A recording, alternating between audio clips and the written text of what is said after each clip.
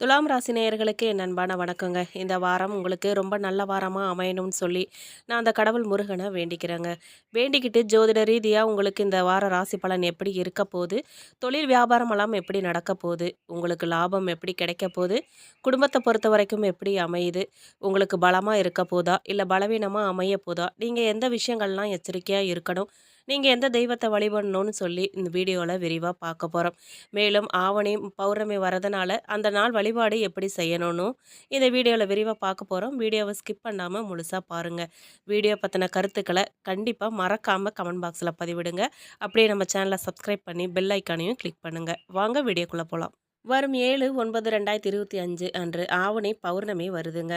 பொதுவாக பௌர்ணமி நாளில் தெய்வ சக்திகள்லாம் அதிகரித்து காணப்படுங்கிறதால அந்த நாளில் விரதம் இருந்து குலதெய்வத்தையும் மற்ற தெய்வங்களையும் வழிபடுறதால சந்ததிகள் நலம் பெருகுங்க. குறிப்பாக இந்த நாளில் பெண் தெய்வ வழிபாடு செய்கிறது அதிக பலனை கொடுக்கக்கூடியதாக இருக்குங்க. 12 பௌர்ணமிகள் தொடர்ந்து விரதம் இருந்து வழிபடுவதால் வாழ்க்கையில் அனைத்து விதமான ஐஸ்வர்யங்களும் பெற முடியும்னு சொல்கிறாங்க. இந்த நாளில் செய்யப்படும் தெய்வ தரிசனம் மற்றும் தெய்வ வழிபாட்டுக்கு அதிக சக்தி இருக்குங்க. பொதுவாக மற்ற நாட்களில் செய்யும் வழிபாடுகளை விட அனைத்து மாதங்களிலும் வரும் பௌர்ணமி மற்றும் அமாவாசை போன்ற விசேஷமான நாட்களில் செய்யும் வழிபாடுகளுக்கு சக்தி அதிகமாக இருக்குங்க.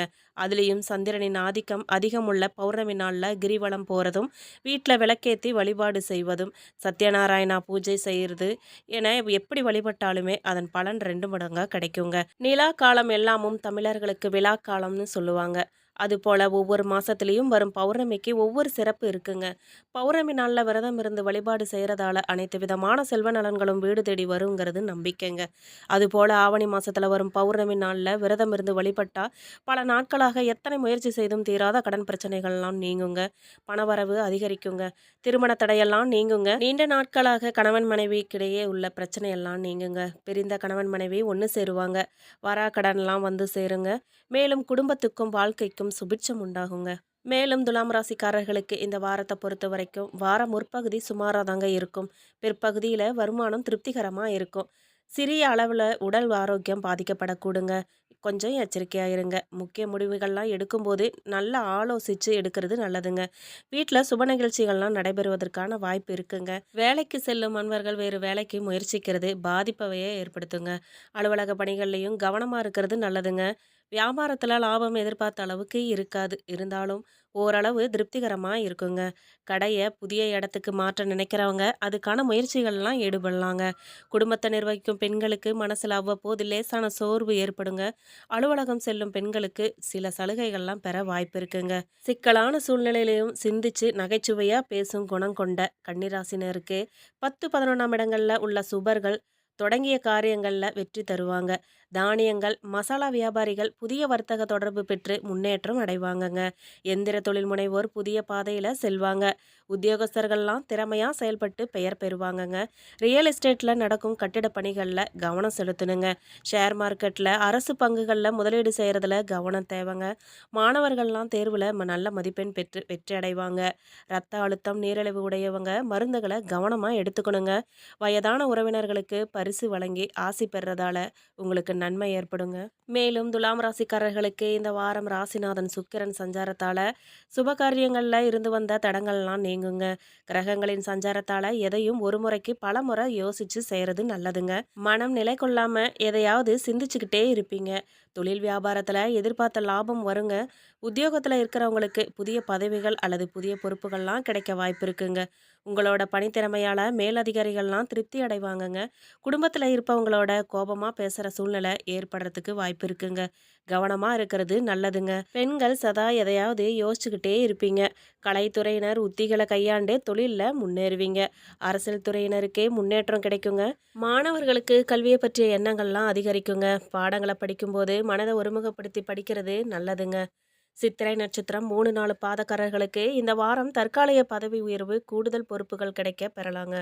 குடும்பத்தில் ஒற்றுமை உண்டாகுங்க. கணவன் மனைவிக்கிடையில இருந்த மனக்குழப்பங்கள்லாம் தீருங்க. எதுலேயும் தெளிவான சிந்தனை இருக்கணுங்க. குழந்தைகள் பற்றிய கவலை உண்டாகுங்க. அவர்களின் நலனுக்காக பாடுபடுவீங்க. விரய செவ்வாயால அலைச்சல் அதிகரிக்குங்க. எதிர்பாராத செலவெல்லாம் தோன்றுங்க. லாபக்கேது சூரியனால் வரவு அதிகரிக்குங்க. நெருக்கடியெல்லாம் விலகி போகிறதுக்கு வாய்ப்பு இருக்குங்க. தொழில் முன்னேற்றம் அடையுங்க.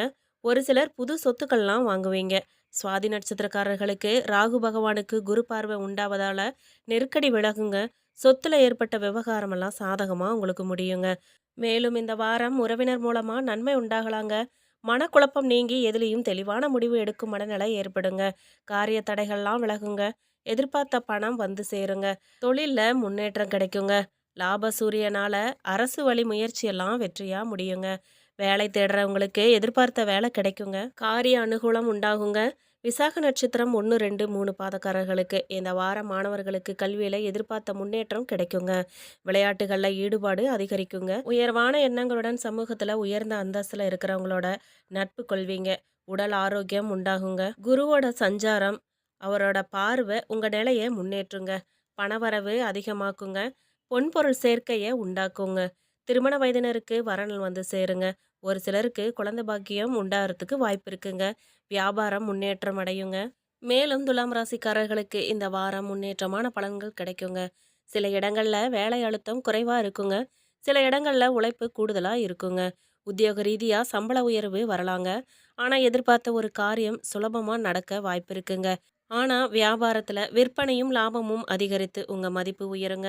புதிய முயற்சிகள்ல தைரியமா ஈடுபடலாம். குடும்பத்துல இருந்து வந்த பிரச்சனைகள்லாம் நீங்கி சந்தோஷம் அதிகரிக்குங்க. பிள்ளைகளால பெருமையும் மகிழ்ச்சியும் உண்டாகும் வாரங்க இது. உத்தியோகத்தை பொறுத்த வரைக்கும் அலுவலகத்துல உங்களின் வேலைக்கு தகுந்த மரியாதை கிடைக்குங்க.